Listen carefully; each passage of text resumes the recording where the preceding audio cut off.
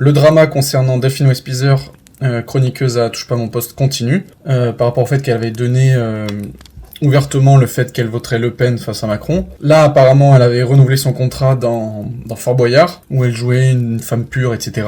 Et donc des chroniqueurs qui disaient que, enfin voilà, le fait qu'elle joue une femme pure, elle aurait pas dû faire le poste parce qu'elle votait extrême droite. Donc déjà, c'est, bon, chacun son avis, mais c'est complètement con, parce que en quoi avoir une orientation politique t'autoriserait ou t'interdirait de faire telle ou telle chose de la vie publique. Là, on parle de politique, mais en comparaison, c'est comme si on parlait de religion. Donc c'est Mathieu Delormeau qui avait émis cette idée. Il faudrait peut-être lui rappeler que pendant les années 30, les juifs n'avaient plus le droit de faire pas mal de choses, hein, juste parce qu'ils étaient juifs. Donc c'était leur religion.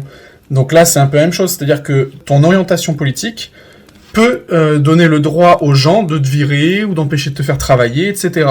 Donc c'est extrêmement grave, ces propos.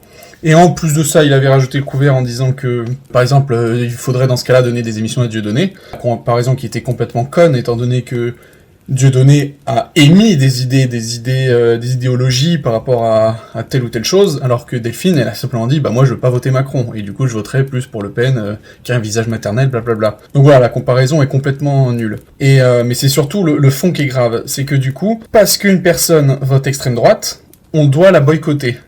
Alors, par exemple, justement, c'est Géraldine Maillet qui avait mis cet exemple que Vincent Lindon, un acteur français, président du Festival de Cannes, disait ouvertement qu'il votait Mélenchon, et c'est vrai que ça ne choquait personne. Parce qu'en fait, on peut dire ouvertement à la télé qu'on vote pour n'importe qui, même Macron, n'importe qui, ça ne choquerait personne. Le fait de dire qu'on vote Le Pen, là par contre, c'est grave. Et la preuve, parce que par exemple, là, je l'avais dit dans une vidéo, mais tout le débat qui se passe autour de Delphine Westpizer, si elle avait dit « Ah, moi je veux pas voter Le Pen, je veux voter Macron », ça aurait été normal. Personne n'aurait rien dit. Et elle aurait jamais été boycottée, il y aurait jamais eu de truc sur elle, il y aurait jamais eu tous ces épisodes. Et encore, avant, c'était plus difficile de dire qu'on votait à droite qu'à gauche. À gauche, c'était une fierté de le dire. À droite, on était un peu... Voilà, on le disait pas. Mais maintenant, c'est complètement démocratisé de dire qu'on vote à droite. Mais le problème, c'est décalé à l'extrême droite, où justement, ça devient interdit. Et donc voilà, je trouve ça extrêmement grave d'en venir à boycotter ou blacklister des personnes juste parce qu'elles voteraient l'extrême droite. Alors que l'extrême droite est le deuxième parti démocratique de France. C'est celui qui remporte le plus de suffrages. C'est-à-dire que les Français, la population française, a voté en deuxième pour Le Pen. Donc c'est ok de dire qu'on vote pour Mélenchon, Roussel, Hidalgo et compagnie, ou Pécresse, mais par contre, dire Le Pen, on est blacklisté de la télé.